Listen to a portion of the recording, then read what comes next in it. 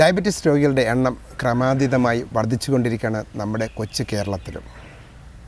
ലോകാരോഗ്യ സംഘടനയുടെ കണക്ക് പ്രകാരം 2025 ആകുമ്പോൾ ഇന്ത്യ ഡയബറ്റിസ് രോഗികളുടെ ക്യാപിറ്റൽ ആകും എന്നാണ് പറയപ്പെടുന്നത്. ഇത്രയും ബൃഹത്തായ ഒരു രോഗത്തെക്കുറിച്ച് നമ്മളോട് സംസാരിക്കാനായിട്ട് നമ്മുടെ അതിഥിയായി ഇന്ന് എത്തിയിരിക്കുന്നത് അമൃത ഇൻസ്റ്റിറ്റ്യൂട്ടിലെ AG ഉണ്ണികൃഷ്ണൻ എന്ന എൻഡോക്രൈനോളജിസ്റ്റാണ്. ഡോക്ടറെ, ഈ പ്രോഗ്രാമിലേക്ക് സ്വാഗതം. Thank you.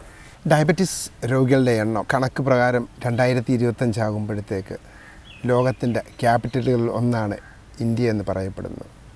എന്താണ് ഇതിൻ്റെ കാരണം? നമ്മുടെ രാജ്യത്തിൽ ഇപ്പോൾ ഇക്കോണമി ഇമ്പ്രൂവ് ചെയ്തുകൊണ്ടിരിക്കുകയാണ്.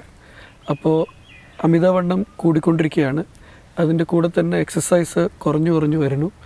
ഇത് കൂടാണ്ട് ഇന്ത്യൻസിന് ഒരു ജനറ്റിക് ടെൻഡൻസി ഉണ്ട്, പ്രമേഹം വരാനായിട്ടുള്ള ഒരു ജനറ്റിക് ടെൻഡൻസി ഉണ്ട്. ലൈഫ് സ്റ്റൈലാണ് ഇതിൻ്റെ ഒരു പ്രധാന കാരണം. തീർച്ചയായിട്ടും ലൈഫ് സ്റ്റൈലാണ് അതിൻ്റെ പ്രധാനം. പൊതുവേ ഒരാൾക്ക് ഡയബറ്റിസ് എന്ന രോഗം കണ്ടുപിടിച്ചാൽ ഉടനെ അവരാദ്യം പറയുന്നത് എൻ്റെ ജീവിതം പോയി, എനിക്കിനി ഒന്നും കഴിക്കാനൊക്കത്തില്ല, നേരത്തെ എൻജോയ് ചെയ്തിരുന്ന എല്ലാ ആഹാരങ്ങളും ഞാൻ ഒഴിവേണ്ടി വരുന്ന ഒരു സിറ്റുവേഷനിലേക്കാണോ ഞാൻ പോകുന്നതെന്ന് പല രോഗികളും വന്ന് ചോദിക്കാറുണ്ട്.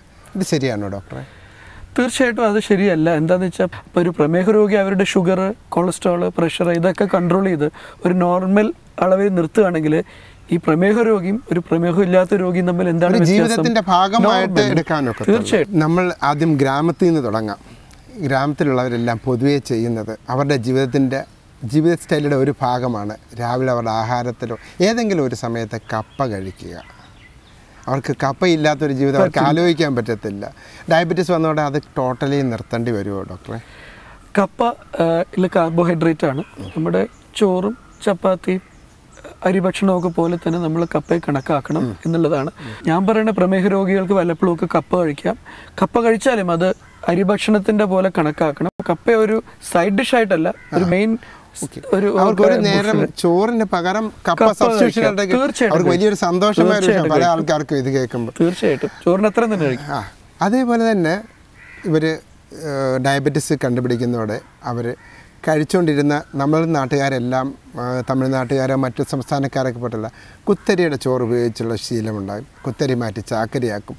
ചാക്കരി തന്നെ 2-3 പ്രാവശ്യം അവർ അത് തിളപ്പിച്ചൂറ്റിയത് കഴിക്കും. അതേപോലെ തന്നെ അരി ആഹാരം കഴിച്ചുകൊണ്ടിരുന്നവർ ഒരു സുപ്രഭാതത്തിൽ ഡോക്ടർ തന്നെ നിർദ്ദേശിക്കും ഇനി ചപ്പാത്തി കഴിച്ചാൽ മതി.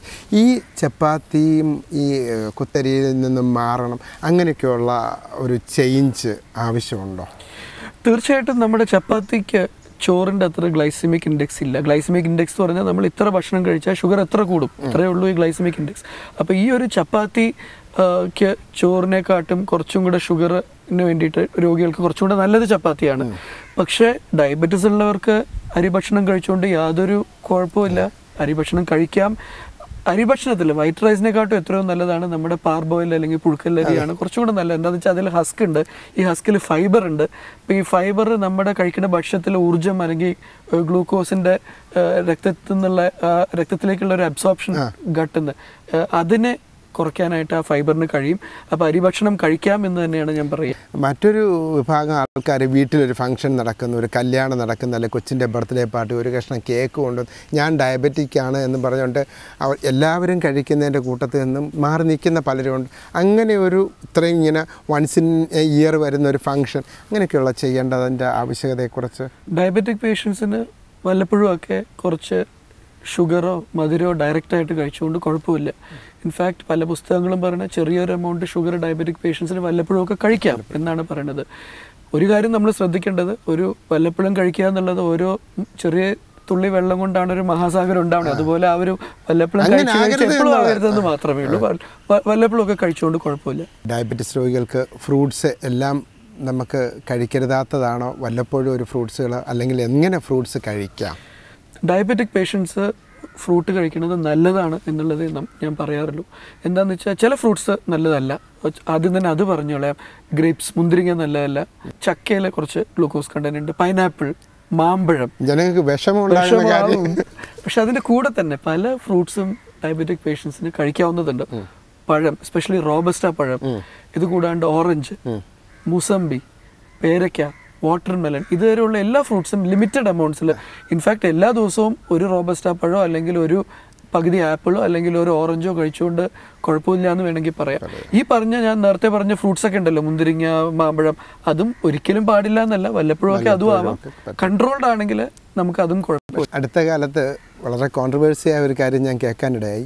ഡയബറ്റീസിൻ്റെ ചികിത്സയായിട്ട് അലുവായും ലഡുവും ജിലേബിയും നൽകിയാൽ ഡയബറ്റീസ് മാറും, അല്ലെ ഡയബറ്റീസിൽ നിന്ന് ഇല്ലാതാകുമെന്നൊക്കെ പറയുന്നൊരു പ്രസ്താവന ഈ അടുത്ത കാലത്ത് കേട്ട്. അതിനെക്കുറിച്ച് ഏതായാലും ഡോക്ടർ ഡയബറ്റീസ് രോഗികളെ മാത്രം ചികിത്സിച്ച് 10-12 കൊല്ലമായി.